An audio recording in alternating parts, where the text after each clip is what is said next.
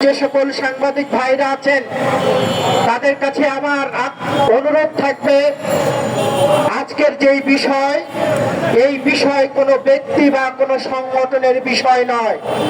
এই বিষয় এই 18 কোটি মানুষের বিষয়। এই বিষয় বাংলাদেশের সার্বভৌমত্ব রক্ষার বিষয়। তাই আপনাদেরকে বলবো, এই বিষয়টাকে বেশি বেশি জনমত সৃষ্টি করতে হবে। অন্তর্বর্তী সরকারে যারা আছেন তাদের কাছে বাংলাদেশের মানুষ প্রশ্ন করতে চায়, তড়িঘড়ি করে কি কারণে স্টারলিংককে আপনারা লাইসেন্স দিয়েছেন, আর এই স্টারলিংক কেন ঢাকার শহরে অফিস করেননি? এদেশের মানুষের প্রশ্ন। এই স্টারলিংক তড়িঘড়ি করে লাইসেন্স দিয়েছেন, এর পিছনে অনেক কারণ আছে, যেই কারণগুলো সাধারণ মানুষ এখন বুঝতে পারছে না, কিন্তু আমরা যারা রাজনৈতিক কর্মী আমরা বুঝতে পারছি।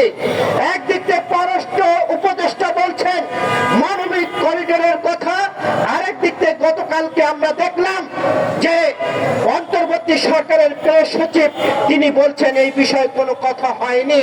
তার মানে আমরা কোনটা ধরতে চাই? একদিকে উপদেষ্টা বলছেন একরকম কথা, আর একদিকে অন্তর্বর্তী সরকারের উপদেষ্টা তিনি বলছেন আর এক কথা। তার মানে এখানেই ধূম্রজালের সৃষ্টি হয়েছে। আমরা বলতে চাই, বাংলাদেশের সার্বভৌমত্ব নিয়ে যদি কেউ ছিনিমিনি খেলে তার পরিণত শেখ হাসিনার মতো হবে। কারণ শেখ হাসিনা বাংলাদেশের সার্বভৌমত্ব নিয়ে ছিনিমিনি খেলে এই ভারতের সাথে গত 17 বছরের যেইভাবে স্বামী স্ত্রী সম্পর্ক করে বাংলাদেশের মানুষের ভোটের অধিকার ছিনিয়ে নিয়েছিলেন, বাংলাদেশের গণতন্ত্রকে গলা টিপে হত্যা করেছিলেন, এবং আমার বোন ফেলানির লাশ কাঁটাতারে ঝুলে আমরা দেখতে পেয়েছিলাম। গতকালকে দেখলাম এই ভারতের দাদাগিরিতে বাংলাদেশের বিজেপি বিএসএফকে পায়ে ধরে মাপ চেয়েছে।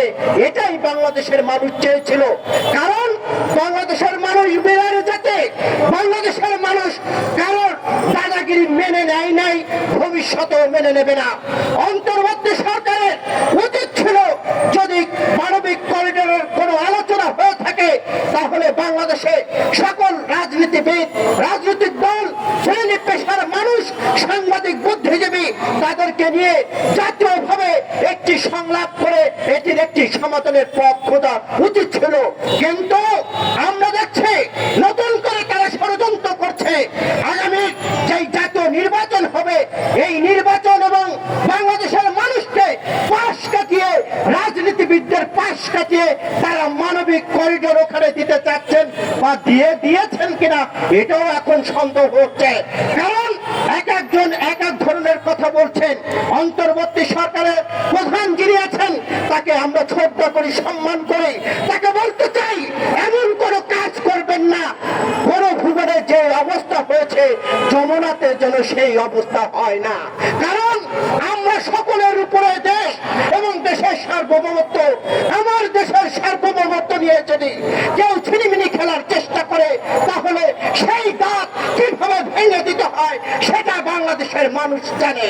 আজকে আমরা যে সংকট দেখতে পাচ্ছি, এই অন্তর্বর্তী সরকার যদি মানবিক করিডোর দিয়েই দেয় তাহলে আগামী যে সরকার আসবে সেই সরকার প্রতিটি পদে পদে বিপদগ্রস্ত হবে।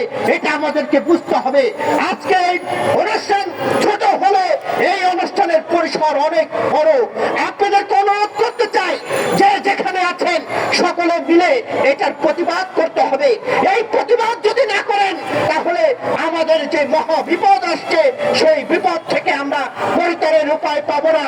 আমি যে কথাটি বলে শেষ করতে চাই, আজকে রোহিঙ্গা বাংলাদেশে বিস্ফোরক হয়ে দাঁড়িয়েছে। বাংলাদেশে যে রোহিঙ্গা এসেছে আমরা মনে করি তারা হানি মনে এসেছে, তারা কোনো সংকট থেকে আসেনি। আজকে এই রোহিঙ্গাদের 10 থেকে 15টি ছেলে মেয়ে মনে হচ্ছে তারা হানি মনে বেড়াতে আসছেন।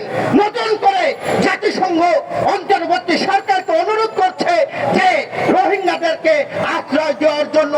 আমরা এমনিতেই বিপদ আছি।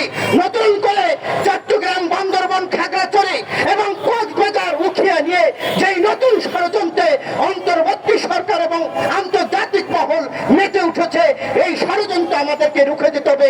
এই ষড়যন্ত্রের 20টা যদি আমরা না দিতে পারি তাহলে আমার দেশ থাকবে কিনা এটাও কিন্তু প্রশ্ন।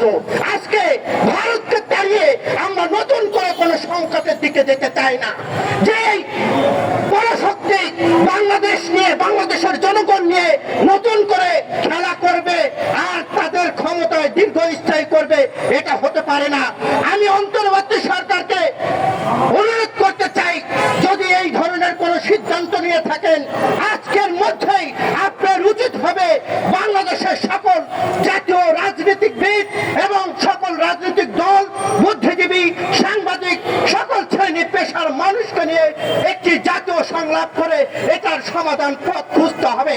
যদি সমাধানের পথ না খোঁজেন তাহলে গণভুবনের অবস্থা যমুনাতে হতে পারে বলে এদেশের মানুষ মনে করে। কারণ আপনি কিন্তু জনগণের সরকার নয়। আজকে আমরা 24-এর বিপ্লবের পরে আপনি সম্মানী মানুষ, আন্তর্জাতিক খ্যাতি সম্পন্ন মানুষ, আপনাকে আমরা ওই চেয়ারে বসিয়েছি। আবার ওই চেয়ার থেকে কিভাবে নামাতে হয় সেটাও বাংলাদেশের মানুষ জানে। কিন্তু বাংলাদেশের মানুষের দুর্বলতা নিয়ে আপনি মানবিক করিডোরের নামে দেশকে ঝুঁকির মুখে ফেলে দেবেন, বাংলাদেশের মানুষ মেনে নেবে না, বাংলাদেশের মানুষ আঙুল চুষে খাবে না।